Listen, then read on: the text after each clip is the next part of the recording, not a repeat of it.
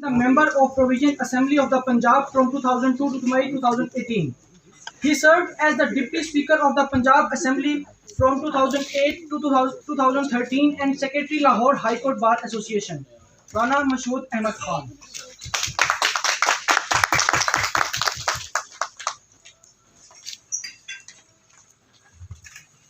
औज़ुबिल्लाहिमिनश्शैतानिर्रजीम बिस्मिल्लाहिर्रहमानिर्रहीम।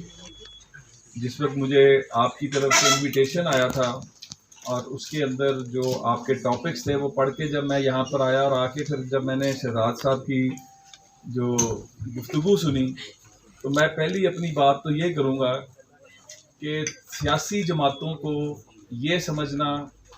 कि वो बुरे हैं तो सियासी जमातों के अंदर अच्छाई और बुराई का तनासुब उतना ही है जितना माशरे के अंदर तमाम तबका फ़िक्र के अंदर जो अच्छाई और बुराई का तनासुब है। और उसके साथ साथ ये नहीं होता कि सियासतदान चंद को छोड़ के, मिसाल के तौर पे मैं अगर अपनी बात करूं तो मुझे फ़ख्र है इस बात पे कि मेरी फैमिली जो है,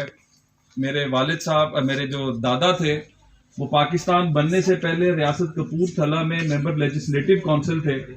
और जब पार्टीशन हुआ और हमारी फैमिली ने माइग्रेट किया तो 240 का जो कॉन्वॉय चला था उसमें से 14 लोग पाकिस्तान पहुंचे थे और मेरे वालिद साहब को मुर्दा समझकर वहां पर फेंक आए थे और पीछे से आने वाला एक काफिला उनको उठा के पाकिस्तान लाया था। और वो हमेशा कहते थे कि मेरे सीने पे ये जो बर्छियों और नेज़ों के ये जख्म है ये मुझे मेडल्स हैं जो पाकिस्तान के मिले हुए हैं। तो वो सियासतदान को मतून करना, बुरा कहना फैशन है, लेकिन हमारी जो ट्रेनिंग हुई, मिसाल के तौर पे जब 71 की वॉर हुई तो मेरे वालिद साहब ने अपना जो कुछ उस वक्त असासा था वो 65 एंड 71 की वॉर में पाकिस्तान को अतिया कर दिया कि पाकिस्तान होगा तो हम होंगे ना, पाकिस्तान मजबूत होगा तो हम होंगे। और हम लोग जब यंगस्टर थे और हम जब एजुकेशन की फील्ड में थे तो मेरे वालिद साहब ने हमें ये ट्रेनिंग दी थी कि आपने सोशल सर्विस ज़्यादा से ज़्यादा करनी है। यही वजह थी कि हम 45 दोस्तों का एक ग्रुप बना था जिसने मतलब जो हम कर सकते थे लोगों की खिदमत और लोगों के दुख दर्द में उनके साथ खड़े होना। आप यकीन करें कि वो 45 लड़के और लड़कियां हम जिन्होंने अपनी ज़िंदगी का आगाज़, और उस वक्त हमें नहीं पता था कि हमने किधर जाना है और क्या करना है, आज उनमें से मैं किसी एक शख्स को भी अपनी लाइफ में नाकाम नहीं देखता। और ये आप लोग भी जो आज कर रहे हैं, मैं समझता हूँ ये एक आप लोगों की बहुत बड़ी करैक्टर बिल्डिंग है और जो प्रैक्टिकल लाइफ है उसमें जाने के लिए आप लोगों की एक ट्रेनिंग है। मुझे ये फ़ख्र हासिल है कि हम लोगों ने जब काम स्टार्ट किया और जब मुझे दो बातें जो हैं उनको मैं बिल्कुल रिस्पॉन्ड करना चाहूँगा। और उससे पहले मैं ये बताना चाहूँगा कि जब मुशर्रफ साहब की हुकूमत थी तो उस वक्त मैं लाहौर हाई कोर्ट बार का सेक्रेटरी जो है इलेक्ट हुआ था और मैं youngest secretary in the history of बार था एट दैट टाइम। और हमने उस वक्त आइन और कानून की सरबुलंदी की जंग शुरू की थी क्योंकि हम ये समझते थे बार के प्लेटफॉर्म के ऊपर कि इस मुल्क का आइन जो है वो सुप्रीम है। इस मुल्क के अंदर जब तक कानून की हुक्मरानी नहीं होगी, जिसके लिए कायदे आज़म और हमारे बुजुर्गों ने जिद्दोजहद की थी, और जब तक वो आइन और कानून की हुक्मरानी नहीं होगी, मुसावात नहीं होगी, ये मुल्क आगे नहीं चल सकता। और 2002 के अंदर जब पहली दफ़ा मैंने इलेक्शन लड़ा था तो मेरा उस वक्त भी स्लोगन यही था कि मैं मुशर्रफ के खिलाफ इसलिए खड़ा हुआ हूँ क्योंकि मैं समझता हूँ कि इस मुल्क में आइन और कानून की हुक्मरानी होनी चाहिए। उस ज़माने में 11 दफ़ा जेल गया, जिला नाजिम लाहौर का इलेक्शन मैंने लड़ा, पंजाब असेंबली के स्पीकर का अपोजिशन की तरफ से इलेक्शन मैंने लड़ा और इस कन्विक्शन के साथ लड़ा कि हमने इस मुल्क के हालात को बदलना है। 2008 में जब हमारी हुकूमत आई और मियाँ शहबाज शरीफ साहब के साथ मुझे as deputy speaker provincial assembly Punjab काम करने का मौका मिला तो सबसे पहले असेंबली के मैं जब असेंबली में 2002 में गया था तो मैं ये देखकर हैरान रह गया कि जिस अवाम का वोट लेकर हम इस असेंबली में आते हैं उस असेंबली के दरवाजे अवाम के लिए बंद हैं। अवाम उस असेंबली के अंदर नहीं आ सकती, स्टूडेंट्स उस असेंबली के अंदर नहीं आ सकते। तो मैंने वहां पर पहली दफा ये किया कि मैंने खुद रीच आउट किया तमाम यूनिवर्सिटीज एंड कॉलेजेस को और उनको कहा कि आप लोग असेंबली में आए और कारकर्दगी देखें कि जिन लोगों को हम मुंतखब करके भेजते हैं उनकी कारकर्दगी क्या है। और वहां से हमने फिर ये एक रास्ता खोला। फिर मैंने तमाम NGOs को राब्ता किया मैंने कहा कि महज़ब माशरों में क्या होता है कि आपने अगर कोई कानून, हमारे मुल्क में इम्प्लीमेंटेशन ऑफ लॉ क्यों नहीं है, उसकी एक सबसे बड़ी वजह यह है कि ना कानून बनाने वाले हम, ना कानून पर फिर जब हम कानून बनाते नहीं है तो अमल कहां से होगा। जबकि बाहर के मुल्कों के अंदर जहां पर जो प्राइवेट लेजिस्लेशन है, गवर्नमेंट भी अपनी लेजिस्लेशन लाती है, प्राइवेट लेजिस्लेशन जो है उसके लिए बकायदा वोटिंग होती है, बकायदा वहां पर ऑर्गेनाइजेशन इकट्ठी होती हैं और वो फिर असेंबलियों के अंदर अपना बिल जो है वो लेकर आते हैं और फिर उसकी इंप्लीमेंटेशन कराते हैं। तो मैंने तमाम अदारों से राब्ता किया और उनको कहा कि आप हमारे साथ आके लेजिस्लेशन के प्रोसेस में हमारा हिस्सा बने। कहने का मकसद ये है कि जो बात हो रही थी, जब तक देखें इस मुल्क की बदकिस्मती क्या है कि हम तजुर्बे ही करते रहते हैं, और जो पिछली हुकूमत थी वो गलत कर गई, अब हम एक नया तजुर्बा करेंगे। हर 10 साल बाद एक शेर बहादुर आता है, वो कहता है वो सारे जमहूरियत वाले गलत थे, सारे सियासतदान गलत थे, अब हम एक नया एक्सपीरियंस करेंगे और जमहूरियत को परवान चढ़ाएंगे। और हर 10 साल बाद 12 साल बाद वो जो गमले में पौधा लगा होता है जमहूरियत का, उसको निकाल के उसकी जड़ें देखते हैं कि ग्रो क्यों नहीं कर रहा। बात सिर्फ इतनी सी है कि आप जैसे नौजवान, यकीन माने हिस्ट्री को पढ़ें, अलीगढ़ यूनिवर्सिटी के बच्चे और बच्चियों ने ये पाकिस्तान बनाया था, पढ़े लिखे नौजवान निकले थे, तो ये पाकिस्तान कायदे आजम ने जो जिद्दोजहद की थी उसको अमली जामा पहनाने में बहुत बड़ा हाथ उन बच्चे और बच्चियों का था जो घर घर पैगाम लेके जाते थे। आज भी out of the box solutions बिल्कुल सोचने चाहिए, लेकिन एक ऐसा सॉल्यूशन जो अमल जिस पर ना किया जा सके। हमें इन सियासी जमातों को ठीक करना है, हमें इस सियासी लीडरशिप को ठीक करना है। और वो कैसे होगी? यकीन माने मेरा ये ईमान है कि यहां पर इलेक्शंस टाइम पर होते रहें और फ्री एंड फेयर होते रहें। जो क़यादत आज है, और ये बात मैं बरमला कहता हूं, आपको 3 election free and fair Pakistan में करा दें, टाइम पे करा दें, अवाम को ये एतबार आ जाए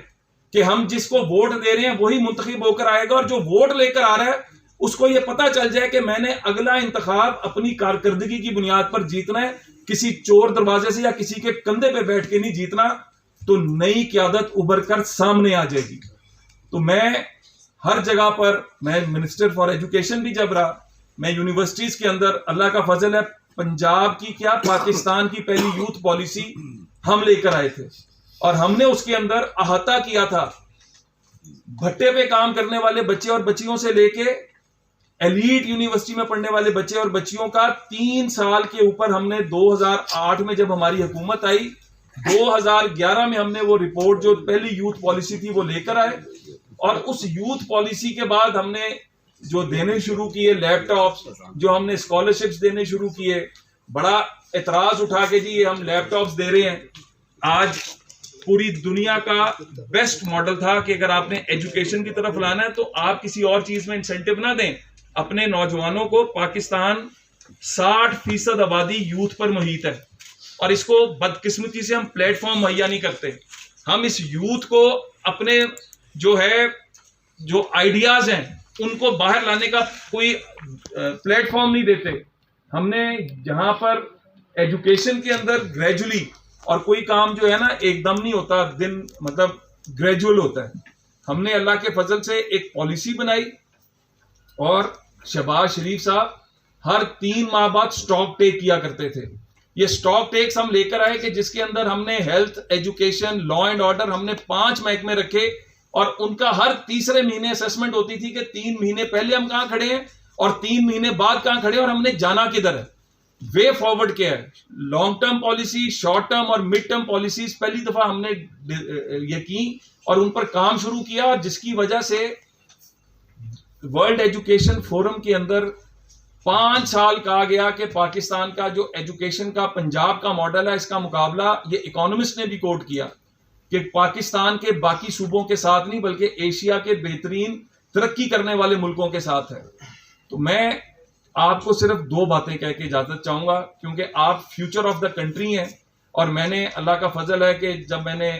हमने यूथ फेस्टिवल भी कराया था, उसके अंदर से मुझे फख्र है कि गिनीज ने उसको दुनिया का सबसे बड़ा फेस्टिवल डिक्लेयर किया, और उसके अंदर से आज पाकिस्तान की क्रिकेट टीम, पाकिस्तान की विमेन हॉकी टीम, कबड्डी की टीम, मतलब 7 टीमें ऐसी निकल कर आई जो टैलेंट आप बच्चों में बहुत है, आप बच्चे इन हालात में पढ़ते हैं और यहां से जब आप निकलकर बाहर जाते हैं तो दुनिया के बेहतरीन अदारों में आप अपना लोहा मना रहे हैं। आज भी जाके देखें तो पाकिस्तानी बच्चे और बच्चियां लीड कर रहे हैं,